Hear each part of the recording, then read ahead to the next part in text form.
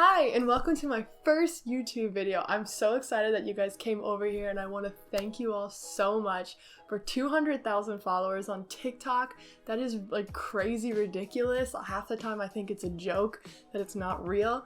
But here we are at 200,000, the promised YouTube channel, to go more in depth about the tips and tricks that I've been talking about on my TikTok. So for those of you who are brand new, don't know who Elise Dumo is, don't know what the internet knows me for, there's a couple things and I'll bring you up to speed. First and foremost, volleyball. You guys know me as the person who gives you at-home workouts, ways to improve your vertical, college recruiting tips, and that's what this YouTube channel is going to be mostly centered around. This is about you guys. I want to help you guys achieve your dreams of being a college volleyball player, being a better athlete, getting in shape, learning to love your body, what it looks like to be a Christian and an athlete. I'm going to go more in depth about my own experiences, advice that I can give, and frankly, videos that need a lot more time than the 59 seconds that TikTok gives me. You guys also might know me through my art. I own an Etsy shop called Sailor Rose Studios where I do watercolor commissions, and I also sell digital copies of the art that you see behind me. So this channel is going to be mostly centered around volleyball tips, college recruiting, what coaches are looking for, tryout help, basic tips on passing, setting, serving, blocking, hitting, all the fun volleyball stuff. Make sure to like and subscribe. I'm really excited about building a volleyball community here that's centered around positivity. So, what the title of this video is about, my volleyball story. A lot of you have been asking if I was on varsity when I was a freshman, what clubs I played for, what my recruiting process was like, if I could just give a more in-depth story, and I thought that would be the perfect video to start my YouTube channel off with. So when did I start playing volleyball? I started playing when I was in 6th grade. I was 11 years old. I was on the middle school team. I wasn't good. I wore these awful green Nike skating shoes. People called me turtle shoes for a while, but I was really obsessed with turtles, so I didn't really care. So when I was in 6th grade, I played in the fall in my middle school, and then my middle school coach, who was just like my friend's mom, told me about a volleyball club in the area called NVVA, which is the Northern Virginia Volleyball Association. I just played on a random 12s team there. We were not good, we were not the best, but I had a lot of fun even though we did not win at all. All through middle school, so 6th grade, 7th grade, and 8th grade, I played with the local middle school team, and then I played with NVVA for the club season. I was a really average player. I didn't really stand out. I was taller than most people, and I had my growth spurt very early, so I stood out, but my skill wasn't really better than anyone else's. What really helped me was over the summers, I did a ton of summer camps that were held at NVVA, at college camps, just anywhere that I could get my hands on a ball is where I wanted to be over the summer. I wanted to get good at the sport, and the fun thing about volleyball is the better you get, the more fun it is. And I think we all think back to, oh man, learning to pass was awful, really awful. But when you're older and you're playing at higher levels and you can pass and fall on the floor and roll and come up and then pass again, that takes a lot of skill and a lot of practice to get there, but once you get there, it's so fun. You can't really get miles better at volleyball by yourself, and that's the beauty of the sport, is it's truly a team sport. No one can just completely do everything by themselves, which is really difficult right now because I know we're all stuck inside. And I do have videos on my TikTok about things that you can do at home, but really it's super hard to get those high quality competitive reps if you're not on the court with other people getting real game time reps. So moving on to high school, a lot of you guys wanted to know about that. By the time I was a freshman, I'd already done a lot of volleyball. I had done the USAV high performance camps in Colorado. I had done the regional team. So I had come in and I had some really good experience, really good training. And because of that, I made JV as a freshman. I was the only freshman in my class to not be on the freshman team. I was on JV with all sophomores. My sophomore year, I made varsity, and I was the only sophomore on varsity, and everyone else was a junior and senior. And so I was on varsity my sophomore, junior, and senior years. I played for NVVA all through middle school, but when I got to high school, I made the switch over to Virginia Elite. The reason I made the switch during club season was because my coach told me that I wasn't skilled enough to make it to their 15s team because I didn't know how to pass and I wasn't a tall enough middle, and they didn't want to put me on their top teams if I didn't know how to pass because they had plenty of girls who already knew how to pass. A coach from a different club saw potential in me, and I think he called me up or he emailed me and invited me to go to one of their clinics. When I got there, I fell in love with the club. They had music bumping, the coaches were no BS, we're gonna work hard, and I loved it. The coaches that I met there were just so staple to my athletic career, to my athletic development, to who I am as a person. I loved this club, and they're not paying me. I wish they were. I stayed there for 3 years. I was a pin hitter, so a right side and outside on the 15s team. On their 16s team, I swung DS. I did whatever they needed me to do. Then it came around to my 17th year playing club at Virginia Elite. I wanted to make their team. We were the best in the area besides another club called Metro.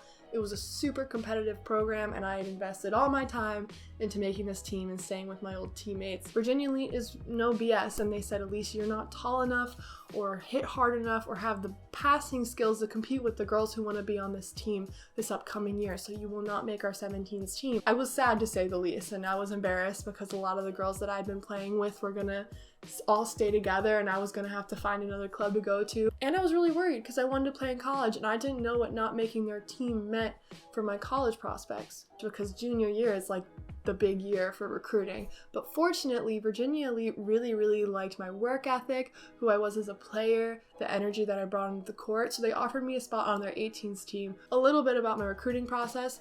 Virginia Elite taught me everything I needed to know about college volleyball recruiting. I'm not going to go into depth about that right now because this video is more about my story. Throughout high school, I started to understand a little bit more about what I wanted / what I didn't want in a college volleyball program. My biggest priority was to have a Division I scholarship. That's what I wanted, and I knew that was very difficult to get. I think the statistics are like 0.1% of girls who play volleyball get a Division I scholarship. Since I'm 5'9", 5'10" with volleyball shoes on, a lot of places weren't gonna offer me a full ride as a hitter. And I didn't really have a lot of experience passing either because I started as a middle and then moved to pin hitter. I kind of could pass, but I wasn't a libero. So it was really difficult, but I did a lot of college camps over the summers. I talked to a lot of schools. I had a lot of fun doing it too. How did I find the school that I went to? Well, it all started when I went on a recruiting visit to my dream volleyball school. They invited me to campus for a recruiting visit. They showed me around. I was in love with this program. Then it came to like the talk time, like where they sit you down in the office. This is where we see you. And it can be an awesome talk or it's like not a fun talk, but it happens and you need to go through that talk with everyone. Sometimes it's over email, sometimes it's over the phone, sometimes it's in person. They said they really liked who I was as a passer, they liked my energy on the court, and they wanted that energy on their team, but they couldn't offer me any money, but they could offer me a walk-on spot. I was so excited, I didn't care. I was like, you know what? Scholarship dreams out the window. I just want to be a part of this team. Between our conversation and the 2 weeks time that she said that she was going to give the offer, I had a lot of other schools ask for an ultimatum, meaning they wanted to know, are you coming here? Yes or no? Are you accepting our offer? Yes or no? One of the schools that I said no to was actually going to offer me money to play outside, which was really exciting considering a lot of the other D1 schools I was looking at only wanted me as a DS libero, which is still a great position, but I liked outside better. I said no to all of the schools that I was talking to, just waiting for this offer. Pretty much I was putting all my eggs in one basket because I was going to stay true to this coach's word. She said that she was going to give me this offer and that she thought I was good enough to even get money somewhere else. So this was going to be my backup offer. 2 weeks later, they offered the spot to someone else. I can't even tell you how upset I was. My entire volleyball club, all of Virginia Elite, knew everything that was happening because when I visited the school, everyone wanted to know how it went, and I told everyone at my club that they told me they were going to offer. Do I regret telling them that? I don't know. But my entire club was expecting me to get this offer, and we were all super excited about it. And then they said, never mind. My coaches at Virginia Elite were really mad. And I was really upset for multiple reasons. One, the school said no to me. I was so sad. 2, I had to start from scratch in my recruiting process. That's 3 years of my recruiting process down the drain. And I might have missed out on the only Division I money that I was going to come across. And I had a tournament coming up that weekend, and normally you're supposed to send emails to the coaches that are going to be there. I was so distraught that I gave my mom my Gmail password and said, just send this email to all the coaches who are going to be there at this tournament. Also really awkward was the tournament I was going to that weekend was in the same city of that school. Lo and behold, my mom sent the emails to all the schools that were going to be there and took it upon herself to send an email to a coach of the college that my older brother went to.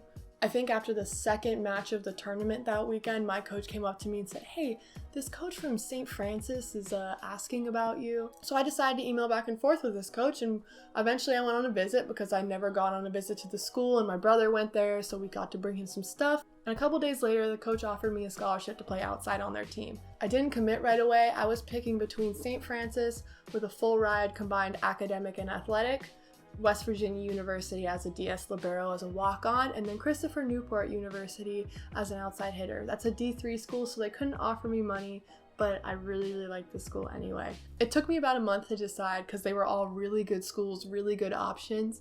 I committed at the end of my junior year to St. Francis University, and it brought a lot of ease into my senior year because I knew where I was going. I didn't have to do the recruiting process anymore. Really funny though, the coach ended up having to leave the year before I got there. He actually became the president of Virginia Elite, my old volleyball club. And then 18th year, I played at a club that was brand new and it was called Dulles Volleyball. The reason I switched from Virginia Elite to Dulles Volleyball was because the year I was playing 18s, as a senior, Virginia Elite wasn't having an 18s team. We got to play indoor and outdoor, and I had so much fun my senior year season. And then I came in for preseason August 2016 to St. Francis University.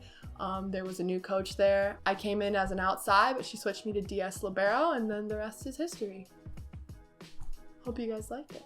I want to thank you guys again for coming in and joining me on my first YouTube video. So really at the end of the day, my goal for this channel is just to show you guys that hard work pays off. I was never the tallest player, nor was I the most talented player, but I like to think that I have a good work ethic, which is how I got to play college volleyball at the Division I level with a scholarship. Don't forget to like and subscribe, and if you haven't, check me out on TikTok, Elise Dumo, on Spotify, Elise Dumo, on Instagram, Elise Dumo. Signing off. See you guys later.